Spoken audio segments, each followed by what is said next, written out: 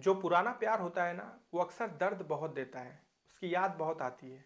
लेकिन अगर पुराना प्यार आपके साथ हो ना, तो आपके वर्तमान को भी वो बर्बाद कर सकता है। अगर आप वर्तमान में किसी के साथ हैं, फिर भी आप पुराने प्यार के साथ रहना चाहते हैं, तो आप दो जगह एक साथ जाना चाहते हैं। और कई बार ये चीज़ें कुछ लोग हैंडल कर लेते हैं, लेकिन कुछ लोगों से हैंडल नहीं हो पाती। आज की ये कहानी उसी पर निर्भर है। नमस्कार दोस्तों, मेरा नाम है जीआरडी और आप देख रहे हैं 8 PM विद जीआरडी। ये कहानी है खगड़िया की, जो कि बिहार में एक जगह है, खगड़िया पड़ता है। वहाँ की ये कहानी है और वहाँ से मुसस्सिल थाना क्षेत्र पड़ता है, वहाँ की मैं कहानी आपको बताता हूँ। इस कहानी की शुरुआत करते हैं, 2020 का दौर था और 2020 में एक शख्स है जिसका नाम है सुमन कुमार। इनकी शादी तय की जाती है पूजा से। पूजा सुमन कुमार से लगभग 6 साल छोटी हैं। पूजा खूबसूरत है, देखने में अच्छी लग रही हैं, परिवार वालों ने पसंद किया है और सुमन को भी पूजा पसंद है। अब आप ये मत सोचिएगा कि सुमन ये लड़की का नाम है, लेकिन वहां पर सुमन लड़के का नाम है। तो सुमन को पूजा पसंद आती है और दोनों का बड़ा ही अच्छे से जो है शादी विवाह हो जाता है और एक सुखद परिवार का जो है शुरुआत हो जाता है। इसके बाद सुमन और पूजा साथ में रहते हैं और लगभग 2020 से ये शादी चलने लगती है। और इस वक्त अगर मैं बात करूं तो एक 2.5 साल की बिटिया भी है सुमन और पूजा की। 2.5 साल की बिटिया है, लेकिन वो जो 2.5 साल की बिटिया है वो आज इस चीज़ का इंतजार कर रही है कि उसकी माँ कब उसके पास आएगी, कब उसके पास लौटेगी।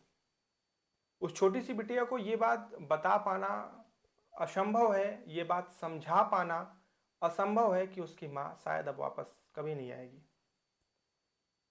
अब वापस क्यों नहीं आएगी, मैं आपको आगे बताता हूँ आज की कहानी में क्या होने वाला है। क्योंकि 2020 में इनकी शादी होती है और परिवार जैसे तैसे आगे बढ़ता रहता है। 1 साल जब बीत जाता है तो पूजा को कुछ बात पता चलती है सुमन के बारे में। और वो बात ये रहती है कि पूजा को ये बात पता चलती है कि सुमन का एक बाहर अफेयर चल रहा है। सुमन शादी से पहले से उसका एक अफेयर था, जो कि सुमन ने कभी भी पूजा को नहीं बताई। लेकिन जब पूजा को शादी के 1 साल बाद ये पता चल जाता है तो फिर दोनों में कहासुनी शुरू हो जाती है। पूजा बार बार कहती है कि तुम इस चीज को स्वीकार करो, मुझे पता चला है, और तुम उस चीज को छोड़ दो क्योंकि अब तुम हमारे साथ हो। सुमन इस चीज को नहीं मानता। वो कहता नहीं, मैं कल भी उसके साथ था, मैं आज भी उसके साथ हूं और मैं उसको नहीं छोड़ूंगा। इस चीज को लेकर दोनों में बहुत मनमुटाव होता है और इसका खामियाजा वो बिटिया भुगतती है। क्योंकि ये शादी को 1 साल हो चुके थे और वो बिटिया आने वाली थी इस धरती पर, जिसको लेकर ये लोग को अंदर एक खुशी होनी चाहिए थी, एक इस चीज की तसल्ली होनी चाहिए थी कि अब इनका परिवार बढ़ने वाला है, बहुत से अच्छे वक्त आने वाले हैं। लेकिन सुमन और पूजा में तो इस चीज को लेकर दरारें आ चुकी थी कि हम दोनों के बीच में कोई तीसरा भी है। ये मनमुटाव बढ़ता ही गया, बढ़ता ही गया, और जिस बढ़ते बढ़ते ये आ गया 2023। इन पति पत्नी के बीच में काफी जो है दिक्कतें आ रही थी। अब आगे सुनते जाइएगा, आपका दिमाग खराब हो जाएगा सुनकर।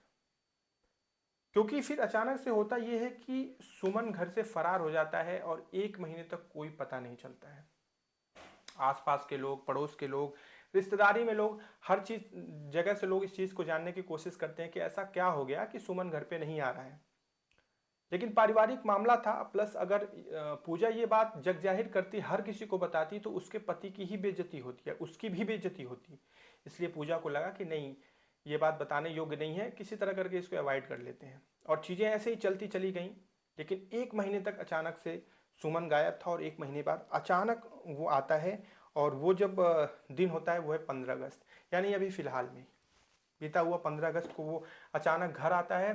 घर के अंदर जाता है और 3 घंटे बाद घर से बाहर निकलता है एक बोरा लेकर, और उसको अपनी बाइक के पीछे बांधता है और वहां से निकल लेता है।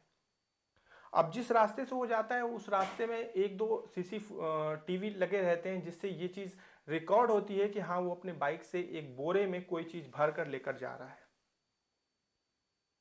अब होता कुछ यूं है कि लेकर तो वो जाता है, कहाँ लेकर जाता है और क्या लेकर जाता है ये हम आपको बताते हैं। दरअसल हुआ कुछ यूं था कि 1 महीने बाद जब 15 अगस्त को सुमन घर पे लौटा, तो घर पे लौटते ही उसके दिमाग में एक एक प्लानिंग लेकर वो आया था, एक ऐसा चीज लेकर आया था कि हमको जाकर इस चीज को अंजाम देना है।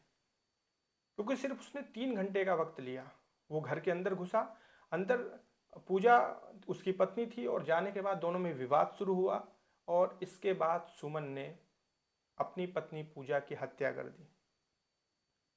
किस तरीके से कैसे मारा इस चीज का तो अभी खुलासा नहीं हो पाया, लेकिन मारकर उसको एक बोरे में भर दिया और उस बोरे को अपनी बाइक पे बांधकर वहां से लगभग 30 किलोमीटर दूर महेश खूंट के सहरसा रोड, महेश खूंट और सहरसा रोड यानी कि NH 107 NH 107 में गया, जहां पे बीपी मंडल सेतु, बीपी मंडल नाम का एक ब्रिज है, एक पुल है, वहां पर जाता है, जो कि कोसी नदी के ऊपर वो पुल बना हुआ है। वहां से वो उस बोरे को उस नदी में फेंक देता है।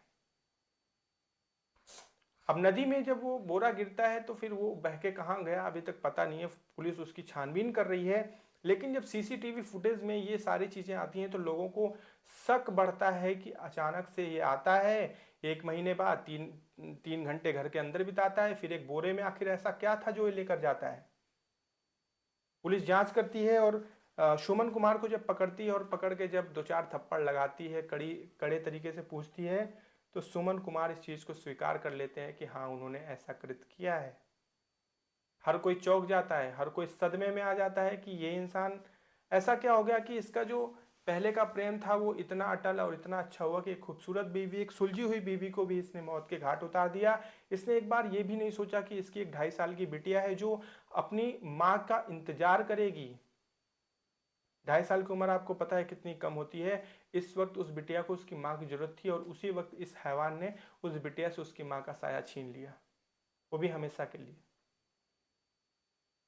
पुलिस की छानबीन में इसने हर चीज को स्वीकार किया, इसने वो चीज मानी कि हाँ ये गया, इसने हत्या की, इसने बोरे में भरा और लेकर गए, लेकिन इसने कैसे मारा अभी इसने इस चीज का खुलासा नहीं किया है।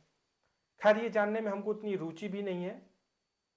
उस पूजा नाम की औरत को इसने इस दुनिया से हटा दिया, ये इतना बड़ा कृत्य किया। उससे भी बड़ा कृत्य इसने ये किया कि एक 2.5 साल की बिटिया से उसकी माँ का ऊपर से साया हटा दिया। तो आज के समय में ये जो प्यार होता है, जो शादी से पहले होता है और शादी के बाद भी उसका दबाव बना रहता है, कई दफा ये हमारे भविष्य के लिए अच्छा भी हो सकता है, लेकिन बुरा उससे कहीं ज्यादा हो सकता है। जरूरी नहीं कि आप अगर किसी से प्रेम करते हैं तो अगर आपकी शादी हुई तो आप उससे अपना प्रेम भूल जाइए। अपना प्रेम अगर आप रखना चाहते हैं तो रखिए, लेकिन अगर वो किसी से आपकी शादी हो रही है तो आपको ये चीज़ भी स्वीकार करना पड़ेगा कि हर एक चीज़ इंसान की मर्जी से नहीं होती, वो ऊपर वाले की मर्जी होती है। आपसे कोई शादी के बंधन में बंध रहा है तो ये आपकी किस्मत है, उसको स्वीकार करना आपकी जिम्मेदारी है, उसको सम्मान देना आपकी जिम्मेदारी है। अगर आप ऐसा नहीं करते हैं तो आप सामाजिक दायित्व के लायक नहीं है। तो ये चीज़ बड़ी ज़रूरी है और आज की यही कहानी थी। खैर ऐसी कहानियाँ बताने में हमको उतना अच्छा नहीं लगता है, ऐसी कहानियाँ सुनाने में हमको अच्छा नहीं लगता है, क्योंकि हमें हमें इस चीज़ की गिल्ट होती है, हमें इस चीज़ का ग्लानि होता है कि काश इन लोगों के बीच में कोई ऐसा रहा होता जो इनके बीच में आपसी जो है समझौता करवा देता, इनके बीच में तलाक करवा देता, कुछ भी करवा देता, लेकिन किसी की जो है ज़िंदगी बच जाती इसमें। अगर इनके बीच में तलाक हो जाता तो उस बच्ची को भी उसकी माँ का साया उसके ऊपर से नहीं हटता और पूजा भी आज इस दुनिया में होती। खैर क्या आप कहना चाहेंगे आप जरूर कमेंट करके बताइएगा। हम मिलेंगे अगली वीडियो में। अपना ध्यान रखिएगा और जहां पे भी रहिए सुरक्षित रहिए, अपनी आंखें खोल कर रखिए, सतर्क रहिए, सावधान रहिए। कल रात्रि 8 बजे हम फिर मिलेंगे एक नई कहानी के साथ।